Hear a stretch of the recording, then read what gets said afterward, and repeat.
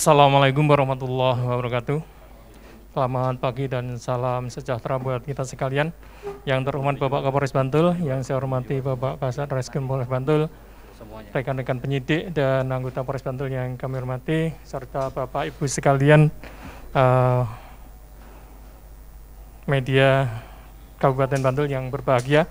Mohon izin, pada pagi hari ini kami Polres Bantul akan menyampaikan rilis terkait ungkap kasus tindak pidana pencurian dengan kekerasan yang mengakibatkan korban meninggal dunia sebagaimana dimaksud dalam pasal 338 U 365 ayat 3 KUH pidana. Untuk selanjutnya rilis disampaikan oleh beliau Bapak Kapolres untuk waktu dan tempat dipersilakan.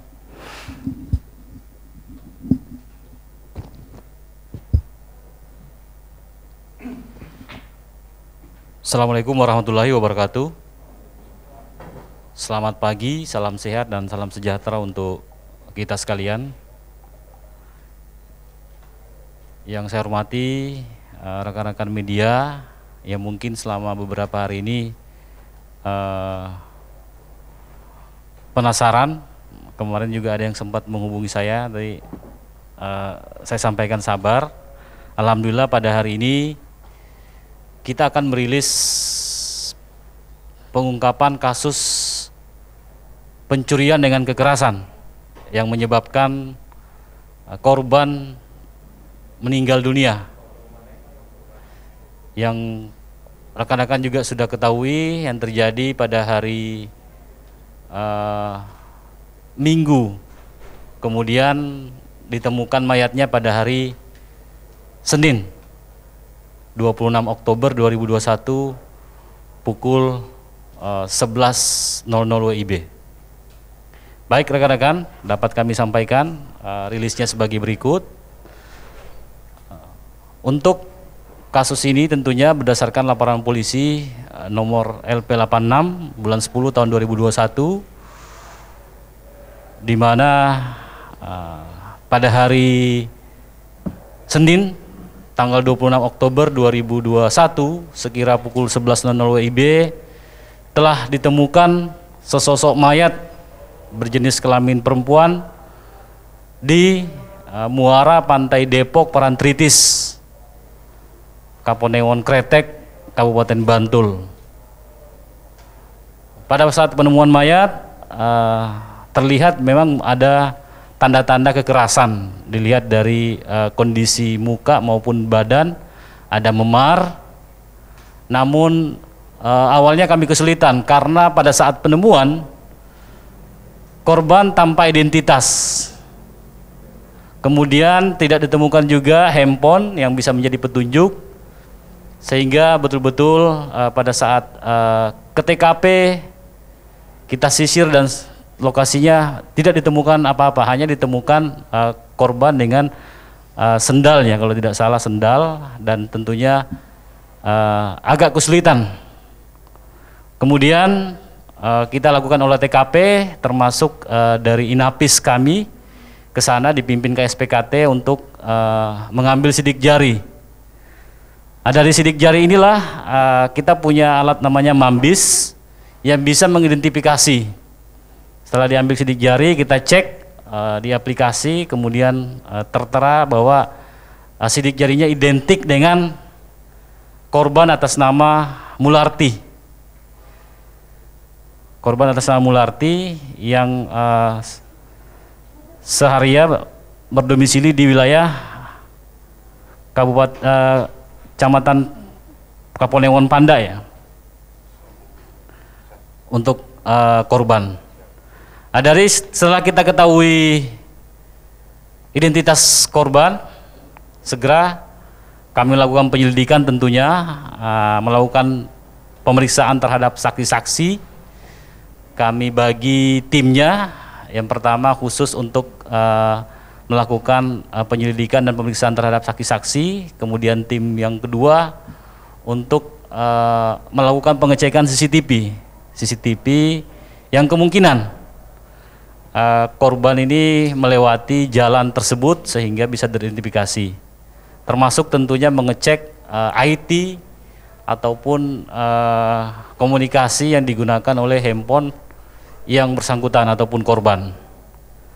3 tim ini terus berpacu dengan waktu karena bagaimanapun kita harus segera mengungkap identitas, kemudian motifnya, termasuk dari motifnya itu bisa ketahuan siapa pelakunya. Alhamdulillah dari hasil penyelidikan, pemeriksaan saksi, kemudian pengecekan CCTV, kemudian pengecekan IT termasuk barang-barang bukti yang ada di lapangan atau di TKP maupun di tempat lain, akhirnya kita mengerucut ke 1 orang yang diduga sebagai pelaku. Ini berdasarkan hasil pengecekan CCTV tentunya. CCTV-nya banyak di wilayah Bantul, kita cek satu-satu, memang butuh waktu lama 2-3 hari, tapi alhamdulillah dari hasil keseriusan anggota kami bisa mengidentifikasi bahwa tersangka dan pelaku termonitor di satu CCTV berboncengan, dan ini sudah diakui oleh tersangka bahwa yang bersangkutan mengajak korban untuk ketemuan atau bertemu di Panembahan, Rumah Sakit Panembahan Pasopati, kemudian Senopati, kemudian setelah itu jalan-jalan ke wilayah Pantai Depok. Jadi pakai kendaraannya korban. Jadi pelaku juga bawa motor, tapi motornya dititip di Rumah Sakit Panembahan Senopati. Nah, kemudian mereka jalan-jalan menggunakan kendaraan korban. Setelah jalan-jalan di pantai, kemudian mereka sempat ke losmen juga. Kemudian setelah dari losmen, sekitar jam-jam 10-an mereka kembali ke pantai lagi menikmati suasana pantai, dan ketika itu korban mengajak untuk pulang. Nah, pada saat korban mengajak untuk pulang, disinilah pelaku memang yang dari awal memang mengincar harta dari korban. Pelaku dengan korban ini sudah kenal, sudah beberapa kali keluar, sehingga korban pun diajak keluar, tidak curiga dan sebagainya. Di sini pelaku niatnya memang dari awal punya niat untuk menguasai harta milik korban. Disinilah pelaku pada saat akan naik motor langsung mencekik korban, kemudian memukul rahang korban sampai korban tidak bernyawa.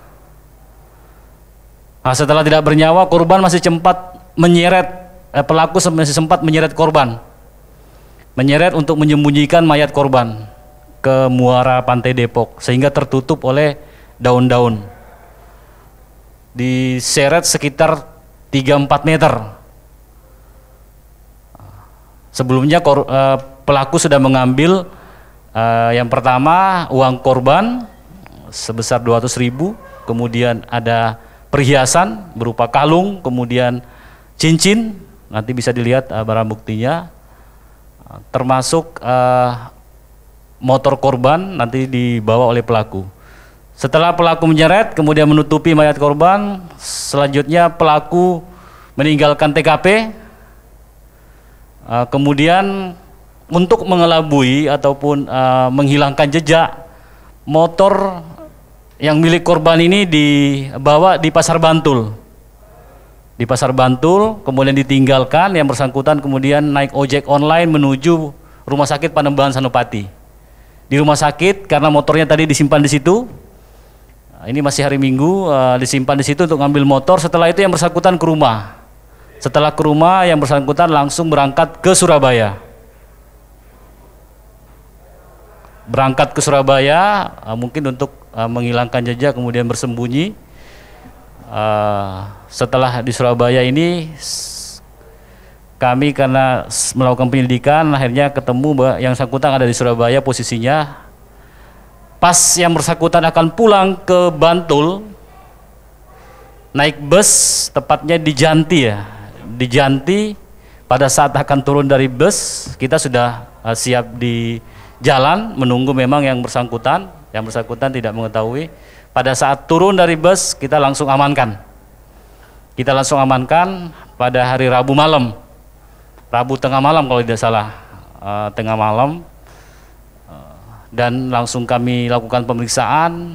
Dari hasil pemeriksaan yang bersangkutan mengakui semua perbuatannya, bahwa memang benar yang bersangkutan pada hari Minggu mengajak korban keluar, kemudian dengan tujuan untuk menguasai harta korban, diajak keluar, kemudian diambil barang-barangnya dan melakukan penganiayaan sehingga korban meninggal dunia.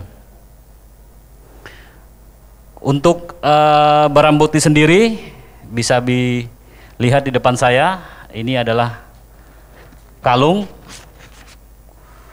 milik korban yang pada saat kejadian karena dicekik, korban juga ada perlawanan, putus, kemudian diambil oleh pelaku. Kemudian pada saat tiba di Bantul sebelum berangkat, kalungnya dititipkan di salah satu salon kalau tidak salah, Palbapang, untuk dititip dulu, diperbaiki, nanti disuruh jual katanya, setelah diperbaiki dijual. Kemudian ini juga ada cincin milik korban.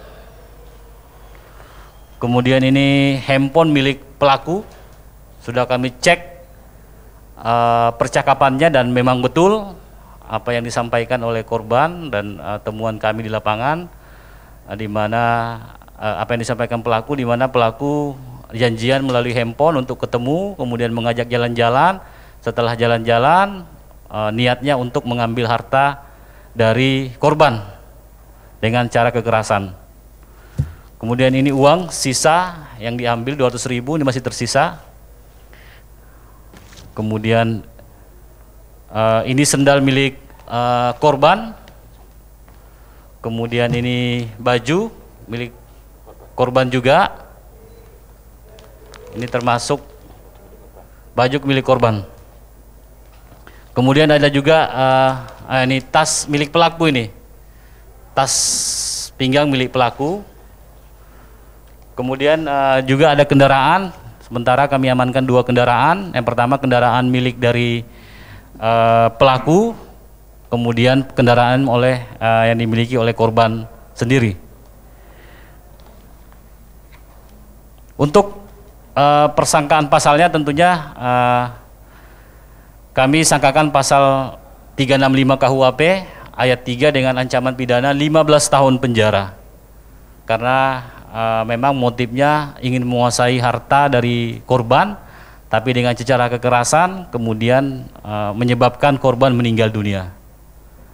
Jadi ini yang perlu kami sampaikan. Alhamdulillah dalam waktu hitungan 3 hari, dari kita temukan hari Senin, Selasa, 2 hari ya, Selasa, Rabu, alhamdulillah 2 hari kita berpacu dengan waktu berkat kerjasama tim, kemudian dibantu oleh tim SAR yang ada di Parantritis, kemudian bantuan dari Puskesmas, bantuan dari otopsi dari Polda DIY dan Jatanras DIY. Kami berhasil mengungkap pelaku yang ada di belakang kami, walaupun awalnya kami kesulitan karena memang pada saat ditemukan identitas korban tidak ada.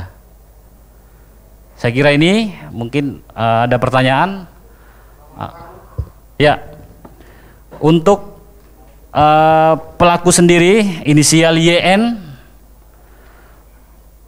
kemudian alamatnya di Kaponewan Panda, tepatnya di Kelurahan Wijirejo. Jadi masih tetanggaan sebenarnya, masih satu kampung dengan korban. Jadi umurnya 49 tahun, pekerjaan buruh harian lepas. Dari hasil pemeriksaan kami memang yang bersangkutan sudah ada hubungan juga dengan si korban. Bahkan pengakuannya sempat melakukan hubungan sebelum kejadian, waktu jalan-jalan sempat ke losmen tadi, di sana sempat berhubungan, kemudian setelah itu ke pantai. Di sanalah terjadi pencurian dengan kekerasan. Untuk motifnya sendiri memang yang bersangkutan banyak hutang. Jadi pelaku ini banyak hutang, hutangnya di mana-mana, sehingga cara paling cepat mungkin ya dengan mengambil atau menguasai harta milik korban yang sedang bersama yang bersangkutan. Ya, Pak izin untuk penerapan pasal 365 Pak ya. Ya. Kemudian apakah tidak ada upaya waktu awal rencana untuk pembunuhan korban ini Pak? ketika melihat mencekik dan sebagainya, Pak? Sampai sekarang kami belum mengarah ke situ, dan dari pengakuan dari tersangka juga tidak ada, hanya spontanitas saja karena memang niatnya hanya pengen menguasai hartanya. Mungkin korban melakukan perlawanan sehingga yang bersangkutan atau tersangka melakukan tindakan kekerasan dan menyebabkan meninggal. Jadi spontanitas, tapi mungkin karena terlalu keras pukulannya, cekiannya, akhirnya korban meninggal dunia di tempat. Jadi sekali lagi tidak ada niatan dari awal untuk membunuh. Ini hasil dari pengakuan dan termasuk hasil olah TKP kami di lapangan. Termasuk hasil IT kami, hasil analisa IT kami juga menyimpulkan sementara seperti itu. Tidak ada unsur-unsur perencanaan pembunuhan, hanya unsur-unsur pencurian yang disertai didahului dengan kekerasan maupun ancaman kekerasan, dan yang bersangkutan juga tidak menduga awalnya bisa meninggal dunia karena panik tadi itu. Akhirnya mungkin karena panik dipukul, dicekik, kemudian diseret ke semak-semak untuk supaya tidak terlihat.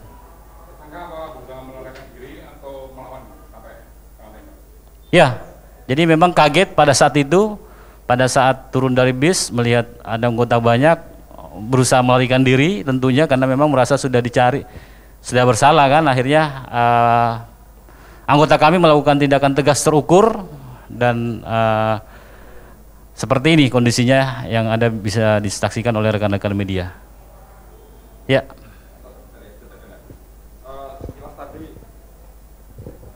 Dari keterangan itu ada hubungan antara pelaku dan korban ini. Nah, dari keduanya ini, baik si pelaku maupun korban ini secara status, mereka statusnya apa, Dan? Apakah mereka sama-sama punya pasangan atau memang sama-sama single?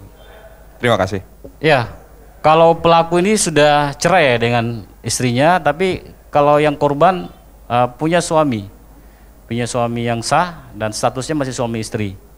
Nah, antara korban dengan pelaku ya hubungan gelap saja, hubungan gelap, dan sudah 2-3 kali katanya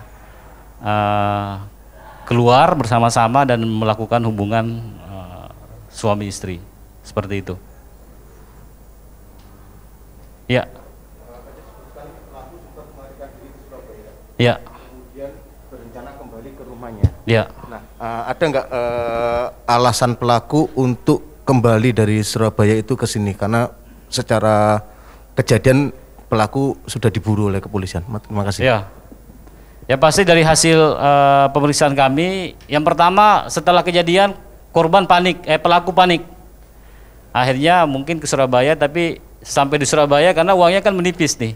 Dia cuma punya modal 200.000.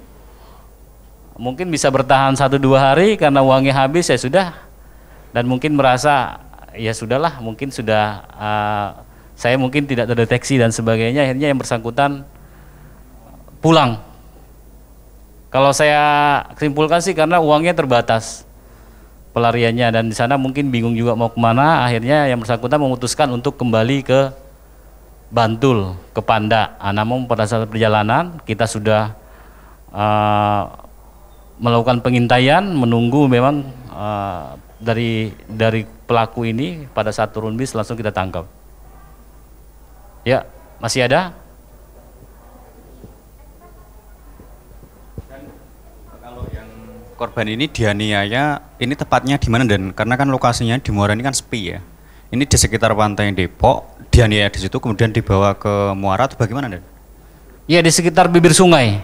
Langsung dibawa di situ. Iya, ada tempat pembuangan sampah kalau nggak salah di situ. Di bibir sungai, ya mungkin jam-jam segitu masih sepi mungkin ininya.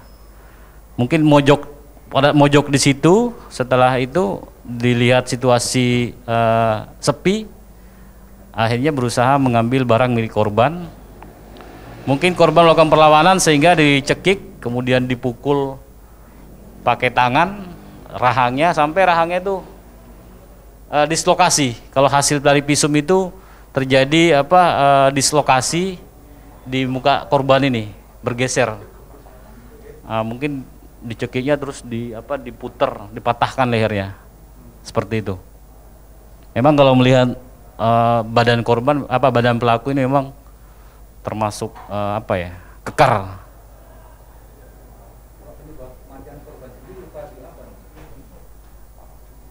Di kepala tentunya, di kepala, semua lukanya di kepala ya.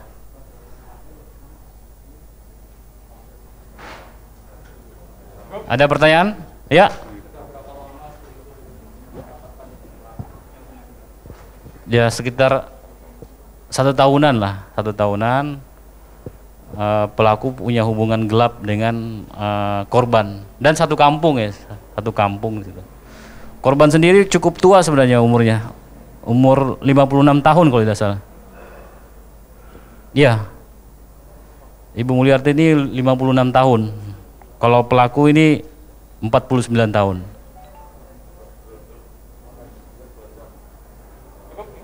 Ya. Ya, terima kasih rekan-rekan atas kerjasamanya. Assalamualaikum warahmatullahi wabarakatuh. Tersangka YN benar ya, memang niatnya untuk menguasai barang-barang atau harta milik korban ya? Iya Pak. Iya Pak. Nyesal nggak sekarang nih Pak? Nyesal banget Pak. Saya nggak berniat untuk membunuh. Nggak nyangka ya kalau ini spontan ya waktu itu. Itu dicekik dulu atau langsung dipukul? Kayak dipatahkan dulu lehernya kanan kan dulu, baru dicekik Pak. Sempat ke Surabaya, ke tempat siapa waktu itu Pak melarikan diri? Atau karena bingung aja? Bukan Pak, saya sebelum ada kejadian sudah ada janjian sama pacar saya Pak. Oh itu pacarnya ya? Pacar. Udah berapa lama hubungan sama korban? Setengah tahun Pak. Setengah tahun ya? Sudah sering ketemuan ya? Padahal sebenarnya Pak sampean senang sama korban ya, cinta? Enggak, senang yang di Surabaya Pak. Saya senang yang Surabaya Pak. Oh, di Surabaya ada ini juga? Iya. Ada pacar juga di sana? Iya Pak. Wah, berarti Don Juan juga ini. Jadi di Surabaya sempat ketemu cewek juga di sana pacarnya? Iya Pak. Oh gitu. Cerita nggak kalau di sana habis membunuh ini orang? Enggak Pak, saya enggak cerita apapun Pak. Ya. Saya langsung pulang Pak. Pulangnya karena uang habis atau ini? Uang habis Pak. Uang habis, nah itu. Ya. Mungkin ada yang mau disampaikan Pak? Untuk keluarga korban?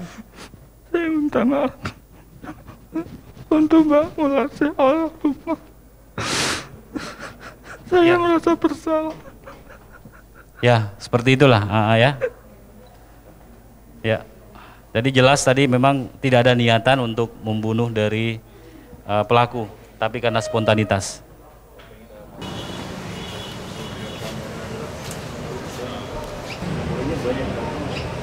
Dia perginya menggunakan motornya korban.